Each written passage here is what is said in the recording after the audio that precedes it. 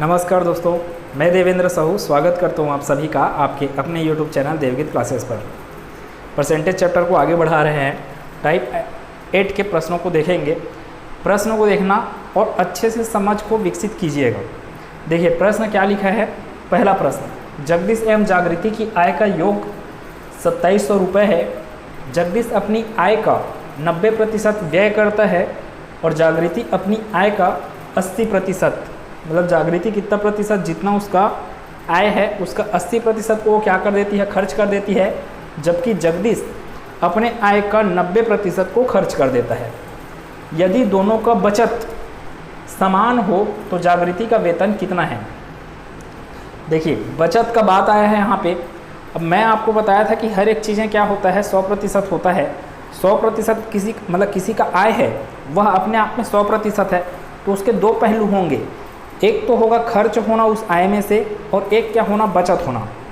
अगर 90% खर्च कर रहा है जगदीश अपनी आय का, तो इसका दूसरा मतलब ये भी समझ में आता है कि वह कितना बचा रहा है, 10% को बचा रहा है।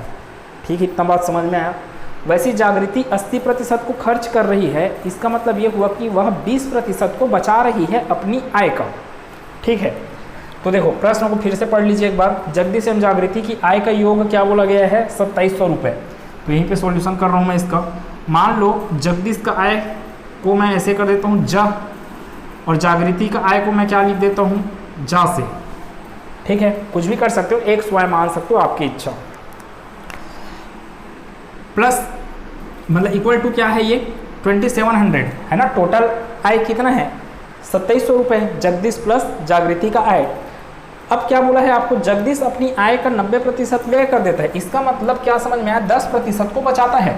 तो जगदीश का आय को आप क्या माने हो, ज, तो इसका 10% कुछ इस रूप में होगा। बचत है ना, ये बचत है। क्यों ऐसे किया मैं, क्योंकि जगदीश अपनी आय का 90% व्यय करता है तो 10% बचाया, और जागृति कितना प्रतिशत बचा रही है, 20%, और दोनों का बचत क्या है, समान है। इसका मतलब कि दोनों का बचत क्या हो जाएगा, एक दूसरे के बराबर। वैसे ये इक्वल टू में क्या हो जाएगा, जागृति कितना बचत कर रही है, 20% बचत कर रही है।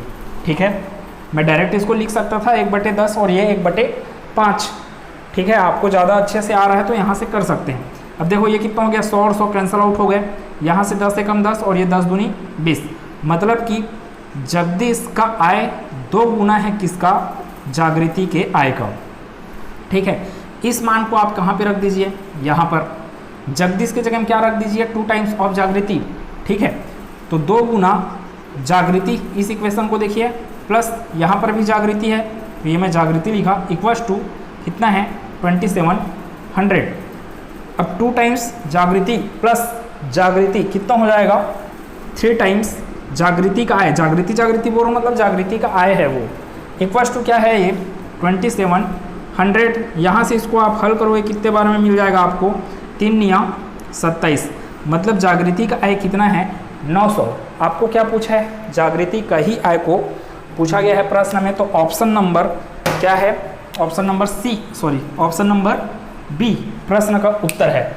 अगर जगदीश का आय पूछा रहता तो आप क्या करते, इस 2700 में से माइनस कर दोगे 900 को, तो किसका आय मिल जाता, फिर जगदीश का आय। जगदीश का आय पूछा रहता तो 1800 आता फिर आंसर। ठीक है, क्वेश्चन नंबर 2 को देखेंगे। प्रश्न दूसरा को देखिए हर प्रश्न आपको पहले समझ में आना बहुत जरूरी है। राम अपनी मासिक आय का 20% अपनी घरेलू जरूरतों पर, शेष शब्द आया ना अभी, शेष आय, तो यहाँ तक पहला समझा जाए। राम अपनी मासिक आय का 20% अपनी घरेलू ज़रूरतों पर, इसका मतलब ये हुआ कि 20% को घरेलू ज़रूरतों पे खर्च कर दिया, तो सिंपल सी बात है कितना प्रतिशत बच गया उसके आय का, 80%। अब उस 80% का, वही तो बोला ना, शेष आय कितना बच गया, 80%।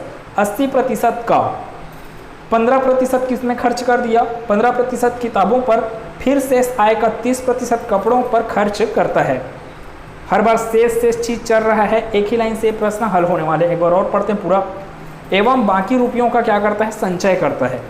पूरी गणना करने पर उसे मालूम हुआ कि उसने 9,520 रुपये का संचय किया है, तो उसकी मासिक आय कितनी है। देखो एक लाइन में कैसे मैं हल कर रहा हूँ, यहाँ पर क्या लिखा है, पूरी गणना करने पर उसे मालूम हुआ कि उसने 9,520 रुपये का संचय किया। मतलब बचत कितने का किया है वो 9,520 रुपये। तो आप इस 9,520 को इक्वल करोगे, चूँकि यह क्या है बचत है, तो आपको भी इक्वल के एक तरफ क्या लिखना पड़ेगा, बचत वाली राशियाँ लिखना पड़ेगा। अब बचत वाली राशियाँ क्या क्या है ध्यान से देखते रहिए। क्वेश्चन नंबर 2 एक ही लाइन में हल करते हैं इसको। राम का जो मासिक आय है मैं क्या मान लेता हूँ आर। अब राम अपनी मासिक आय का 20% क्या कर देता है, खर्च करता है किस पे, घरेलू ज़रूरतों पर। तो शेष कितना बच गया, 80%। 80% मतलब 4/5 आप डायरेक्ट लिख सकते हो, ठीक है। अब जो शेष बचा है उसका भी 15% किस में खर्च कर दिया, किताबों में खर्च कर दिया। तो कितना प्रतिशत बच गया, 85%। 15% खर्च कर दिया ना, तो बचा कितना, 85। 100 में 15 गया 85, तो ये 85%। फिर गुना, फिर शेष आय का 30% किस में खर्च कर देता है, कपड़ों पर। अब कपड़ों पर 30% खर्च कर रहे हैं, मतलब बचा कितना उसके पास, 70%, ठीक है। अब ये पूरा पूरा किसका मान है, बचत वैल्यू है ये। और इसी बचत वैल्यू के बराबर आपको प्रश्न में क्या दिया है, 9,520 रुपये, ठीक है। यहाँ से आर का मान निकाल लो, आर को ही आप क्या माने हो, मासिक आय, तो आपका आंसर निकल जाएगा। थोड़ा सा हल करते हैं, ये कितना हो जाएगा, 4/5 हो जाएगा। ये कितना हो जाएगा, 5 से भाग दोगे 17 पंचे 85 होता है, तो 17 बार में, और ये 20 बार में। ये शून्य खत्म, ये कितना बच गया, 7/10। और हल करते हैं, 9,520 को 7 से भाग देने के लिए बैठिए थोड़ा सा। 7 एकम 7 इधर, फिर इधर कितना हो जाएगा, 7 एकम 7, बच कितना गया, 7 एकम 7 बच कितना गया, 2 और 25 कितना, 2 और 5 कितना हो गया, 25। तो 7 तिया 21, बच गया 4 और 2 42, 7 छके 42, 7 शून्य 0, ठीक है। 7 का भी काम खत्म हो गया। इधर क्या बचा है आपके पास, 4 से भाग दे दो पहले, है ना, क्योंकि 60 क्या है, 4 से भाग जाते हैं, इसलिए पूरे का पूरा भाग जाने वाला है ये। तो 4 एकम 4, 4 तिया 12, बच गया कितना, 1 और 6 16, 4 चौक 16, 4 शून्य 0, ठीक है, 340। फिर यहाँ पे क्या दिख रहा है, 17 एकम 17, 17 दूनी 34। मतलब आपका इक्वेशन क्या बना है, एक बार लिखता हूँ मैं, r इंटू 1/5 इंटू 1/20 इंटू 1/, कुछ नहीं बचा ना, तो 1/10 इक्वल्स टू क्या मिल गया आपको, 20 ना। इधर पूरा मान कट गया, कितना आ गया है, 20 आ गया है। सिंपल से इसको क्या कर दीजिए, गुना कर दीजिए, 5 दूनी 10, 10 एकम 10, ठीक है, 10 एकम 10, और ये 10 दूनी 20, ठीक है। तो r इक्वल्स टू क्या होगा, ये त्रिया गुना होगा, 5 इंटू 20 इंटू 10 इंटू 20। हल कीजिए, 5 दूनी 10, 10 एकम 10, 10 दूनी 20, 20 लिखा मैं, कितने बार जीरो है, 1 2 3, 1 2 3। तो आंसर क्या है, राम का जो आय है वो कितना है, 20,000 रुपये है। तो देखो प्रश्न सरल नहीं था, लेकिन आप सरल बनाएं, किससे, बचत के कॉन्सेप्ट से, क्योंकि ये 9,520 रुपये क्या है, बचत को प्रदर्शित कर रहा है, बचत को प्रदर्शित कर रहा है, इसलिए इधर का इक्वेशन को क्या किए आप, बचत के रूप में लिखे। अगर वो बोलता कि कुल खर्च हो रहा है करके, तो मैं इधर इक्वेशन खर्च के रूप में डालता, है ना, कितना कितना खर्च हो रहा है उस चीज़ में डालता मैं, ठीक है। लास्ट प्रश्न देखिए, क्वेश्चन नंबर 3। पढ़ो प्रश्नों को पहले। वेनु एक फेरी वाला है और वह सप्ताह में 7 दिन समोसे बेचता है। प्रत्येक दिन वह कुछ दान करने के लिए अपनी आय का 5% अलग रखता है। औसतन वह प्रत्येक दिन 2,000 रुपये कमाता है। प्रत्येक 15 दिनों में वह दान के लिए लगभग कितनी राशि अलग रखता है। वेनु एक फेरी वाला है और वह सप्ताह में 7 दिन, सप्ताह में 7 दिन होते हैं और सातों के सातों दिन वो क्या कर रहा है, समोसे बेच रहा है। प्रत्येक दिन वह कुछ दान करने के लिए अपनी आय का, हर दिन उसका जो इनकम है उस इनकम का कितना परसेंट, 5% क्या कर लिए रहता है, अलग कर लिए रहता है। क्या चीज़ के लिए, दान देने के लिए। तो वो 15 दिन में कितना दान करेगा, यही तो बोल रहे हैं ना। औसतन वह प्रत्येक दिन कितना कमा रहा है, 2,000 रुपये, अर्थात उस 2,000 रुपये का 5% को वो क्या कर देता है, दान कर देता है। प्रत्येक 15 दिनों में वह दान की लगभग कितनी राशि अलग रखता है। तो यहाँ पे आपको प्रश्न में ये ज़बरदस्ती का वेणु फेरी वाला है, 7 दिन क्या कर रहा है, समोसे बेचता है, इस लाइन से आपको कोई मतलब नहीं है।